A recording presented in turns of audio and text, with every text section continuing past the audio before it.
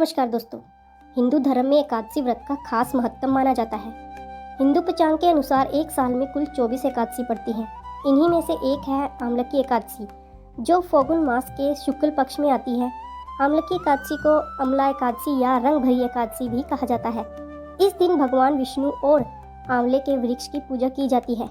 काशी में इस दिन से ही होली के पर्व की शुरुआत होती है, इसलिए इसे रंग भरी एकादशी कहा जाता है। मान्यता है कि इस व्रत को सच्ची श्रद्धा से करने पर पापों का नाश होता है और मोक्ष की प्राप्ति होती है। आंवले के वृक्ष में भगवान विष्णु का वास होता है, इसलिए इस दिन आंवले का पूजन और सेवन विशेष फल देता है। यह व्रत जीवन में सुख, शांति और समृद्धि लाने वाला माना गया है। ऐसे में आइए जानते हैं इस साल आमलकी एकादशी का व्रत किस दिन रखा जाएगा। साथ ही जानेंगे पूजा के मुहूर्त से लेकर पारण समय और व्रत की पूरी विधि विस्तार से। सबसे पहले बात करते हैं आमलकी एकादशी कब है। पंचांग के अनुसार एकादशी तिथि 27 फरवरी को रात 12:33 से शुरू होकर उसी दिन रात 10:32 पर होगी। ऐसे में 2026 में यह व्रत 27 फरवरी दिन शुक्रवार को रखा जाएगा। उदय तिथि के अनुसार इसी दिन व्रत मान्य रहेगा। अब बात करते हैं कि पारण का समय क्या रहेगा। व्रत का पारण 28 फरवरी को सुबह 6:47 से लेकर 9:06 के बीच किया जाएगा। आमलकी एकादशी का शुभ मुहूर्त।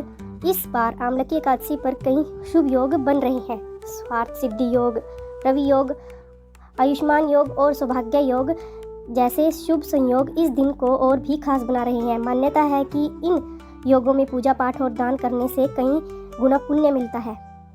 आमलकी एकादशी की पूजा विधि। आमलकी एकादशी के दिन सुबह जल्दी उठकर स्नान करें और साफ कपड़े पहनें। फिर भगवान विष्णु की पूजा का संकल्प लें।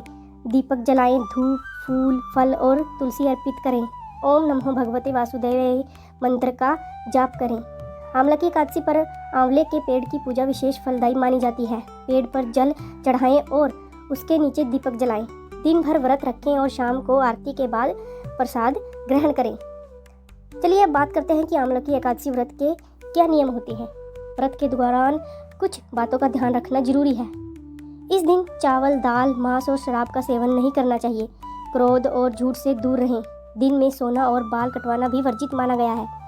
भोग में आंवले से बने व्यंजन, मखाने की खीर, साबूदाना, नारियल और घी से बनी मिठाइयाँ चढ़ाई जा सकती हैं।